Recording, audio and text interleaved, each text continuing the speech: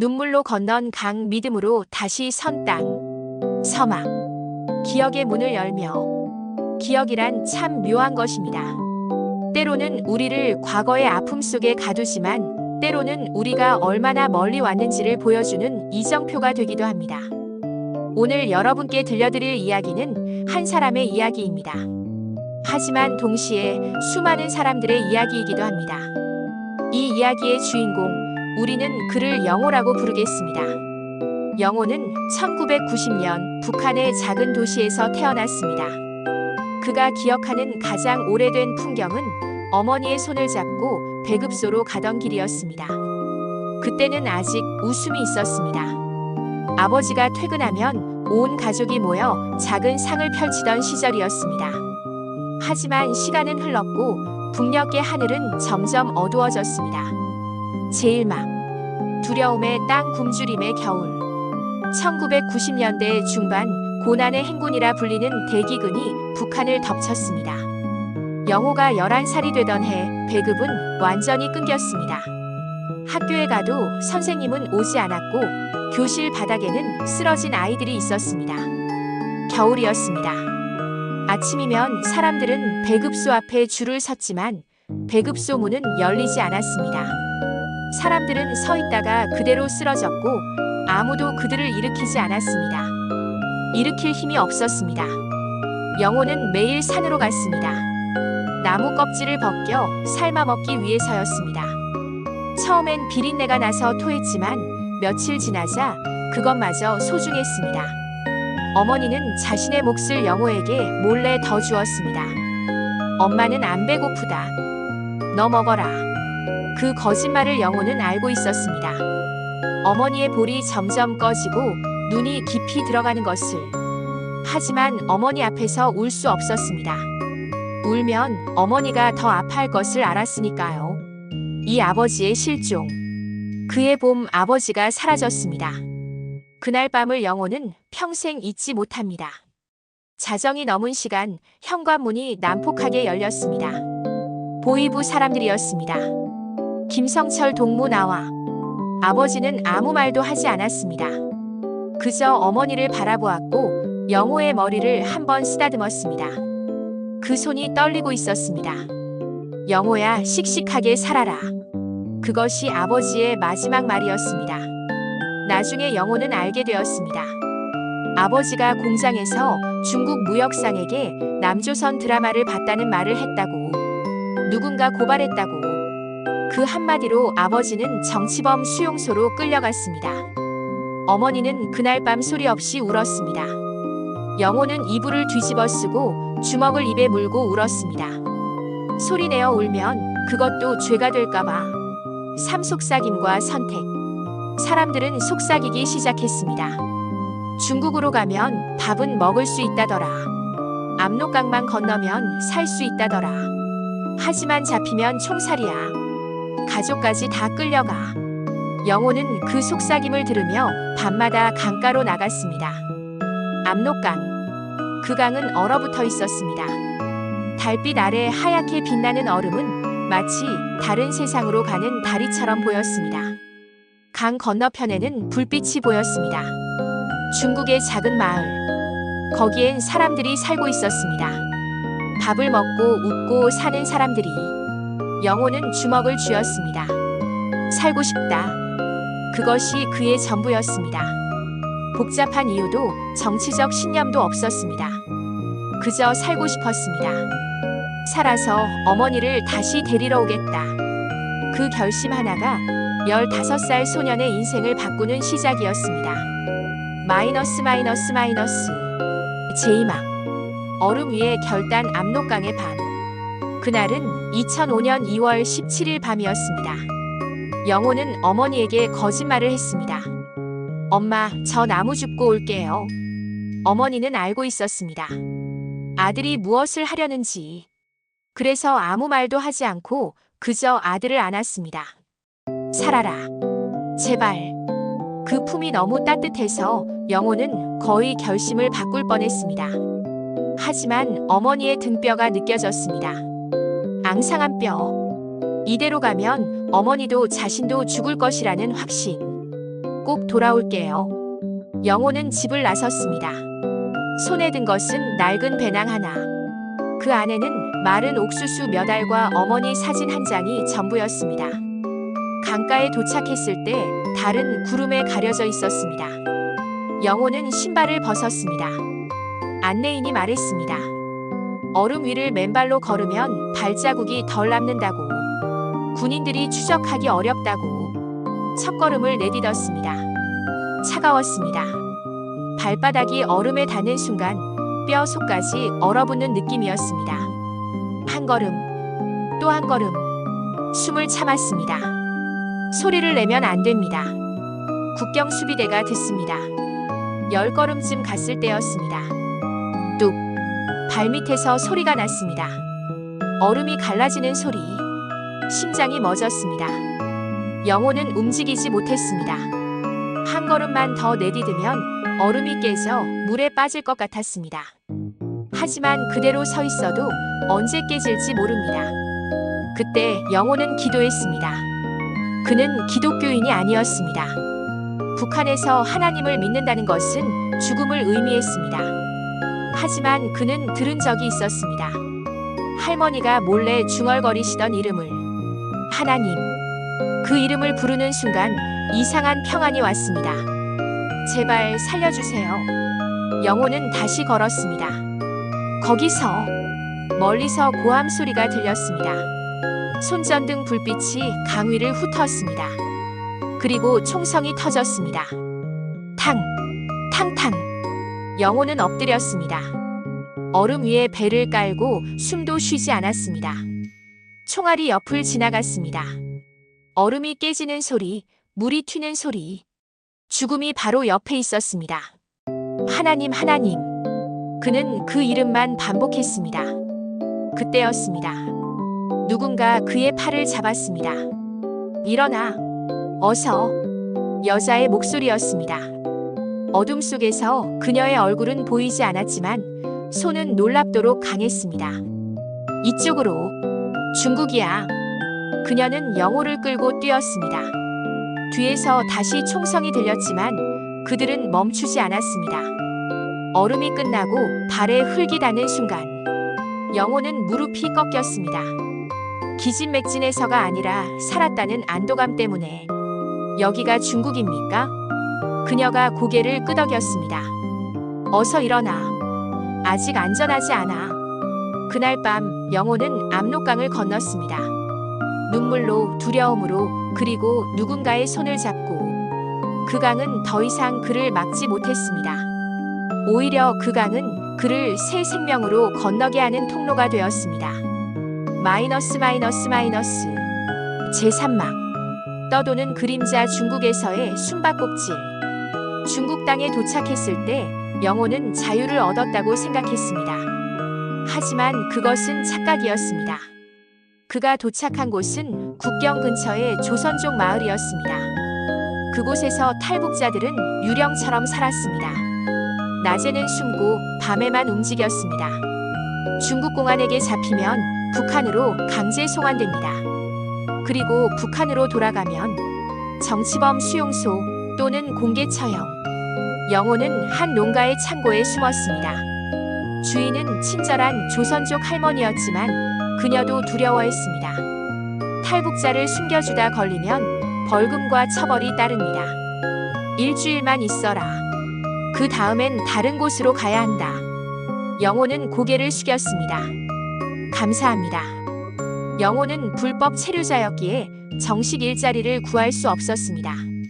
대신 그는 밤에만 여는 작은 공장에서 일했습니다. 벽돌 공장. 하루 16시간, 일주일 내내. 손은 피투성이가 되었고 등은 굽었습니다. 임금은 중국인 노동자의 절반도 안 되었습니다. 하지만 항의할 수 없었습니다. 주인이 공안에 신고하면 끝이니까. 밤마다 영호는 손바닥에 굳은 살을 보며 생각했습니다. 이게 자유인가? 북한에선 굶어 죽을까봐 도망쳤는데 여기선 잡혀 죽을까봐 숨어 산다. 이게 내가 원하던 삶인가? 절망이 밀려왔습니다. 어머니는 괜찮을까? 자신 때문에 어머니가 처벌받진 않았을까? 밤마다 그 생각에 잠을 이룰 수 없었습니다. 그러던 어느 일요일 아침이었습니다. 영호는 시장 골목을 지나가고 있었습니다. 사람들 사이에 섞여 있으면 눈에 덜 띄니까. 그때 누군가 그에게 전단지를 내밀었습니다. 중년의 한국 남자였습니다. 안경을 쓴 온화한 인상의 사람. 하나님의 사랑을 아십니까? 영호는 잠시 멈칫했습니다. 그 단어가 익숙했습니다. 압록강 위에서 불렀던 그 이름. 저는 말을 잇지 못하는 영호를 보며 남자는 부드럽게 미소 지었습니다. 괜찮아요. 혹시 배고프지 않나요? 그 한마디에 영호의 눈에서 눈물이 났습니다. 배고프지 않냐는 질문을 받은 게 얼마만인가.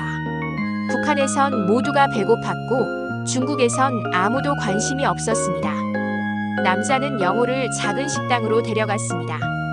그리고 따뜻한 밥 한 그릇과 국을 시켰습니다. 천천히 드세요. 영호는 처음엔 조심스럽게 먹었습니다. 하지만 곧 눈물과 함께 숟가락을 놀렸습니다. 너무 오랜만에 배불리 먹어서 기쁜 것인지 슬픈 것인지 알 수 없었습니다. 밥을 다 먹은 후 남자가 물었습니다. 혹시 북한에서 오셨나요? 영호는 얼어붙었습니다. 공안에 신고하려는 건가? 하지만 남자는 고개를 저었습니다. 걱정하지 마세요. 저는 탈북자들을 돕는 선교사입니다. 제 이름은 김요셉입니다. 그날 영호의 인생이 다시 한번 바뀌었습니다. 마이너스. 제3막. 새벽의 땅 자유 그리고 부르심. 김요셉 선교사는 영호를 안전가옥으로 데려갔습니다. 그곳에는 영호처럼 탈북한 사람들이 여럿 있었습니다. 모두 한국행을 준비하는 사람들이었습니다. 낮에는 숨어있고 밤에는 함께 모여 식사를 했습니다. 그리고 요셉 선교사는 매일 밤 성경을 읽어주었습니다. 처음엔 영호는 관심이 없었습니다. 그저 배를 채우고 한국으로 가는 것만 생각했습니다. 하지만 어느 날 밤 선교사가 읽은 구절이 그의 가슴을 찔렀습니다. 수고하고 무거운 짐진 자들아, 다 내게로 오라. 내가 너희를 쉬게 하리라. 영호는 그 말을 듣는 순간 무너졌습니다. 지난 몇 년간 짊어졌던 모든 무게가 한꺼번에 쏟아졌습니다. 아버지를 잃은 슬픔, 어머니를 두고 온 죄책감, 굶주림과 두려움, 외로움. 그는 소리내어 울었습니다. 저도 쉴 수 있습니까? 저 같은 사람도 받아주십니까? 요셉 선교사는 영호의 어깨를 감싸 안았습니다. 하나님은 내가 여기 있는 걸 알고 계신단다. 그리고 널 사랑하신단다. 그날 밤 영호는 생전 처음으로 기도했습니다. 하나님, 저를 살려주셔서 감사합니다. 이제 제 인생을 당신께 드립니다. 제 인생을 새롭게 써주세요. 한국으로 가는 길은 험난했습니다. 중국에서 동남아시아로, 그곳에서 다시 비행기를 타고 한국으로. 지하철도라 불리는 비밀 루트였습니다. 몇 달이 걸렸습니다. 베트남의 정글을 걷고 태국의 난민 수용소에서 기다리고 위조 서류를 들고 공항을 지나고. 매 순간이 두려웠지만 영호는 더 이상 혼자가 아니었습니다. 함께 가는 동료들이 있었고 무엇보다 기도가 있었습니다. 하나님, 저를 한국까지 인도해 주세요. 그리고 마침내 2006년 8월 3일 영호는 인천국제공항에 도착했습니다. 비행기에서 내려 첫 발을 내딛는 순간 영호는 그대로 주저앉았습니다. 새벽이었습니다. 공항 밖으로 보이는 하늘은 붉게 물들어 있었습니다. 새벽 공기가 차가웠습니다. 하지만 그에게는 세상 그 어떤 공기보다 따뜻했습니다. 그는 무릎을 꿇었습니다. 그리고 하늘을 보며 조용히 중얼거렸습니다. 이 땅이 나의 약속의 땅입니까? 눈물이 흘렀습니다. 기쁨의 눈물, 감사의 눈물, 안도의 눈물. 그는 살아남았습니다. 굶주림을 견뎠고 압록강을 건넜고 중국에서 숨어 살았고 먼 길을 돌아 마침내 여기까지 왔습니다. 감사합니다. 하나님, 감사합니다. 그 순간 영호는 깨달았습니다.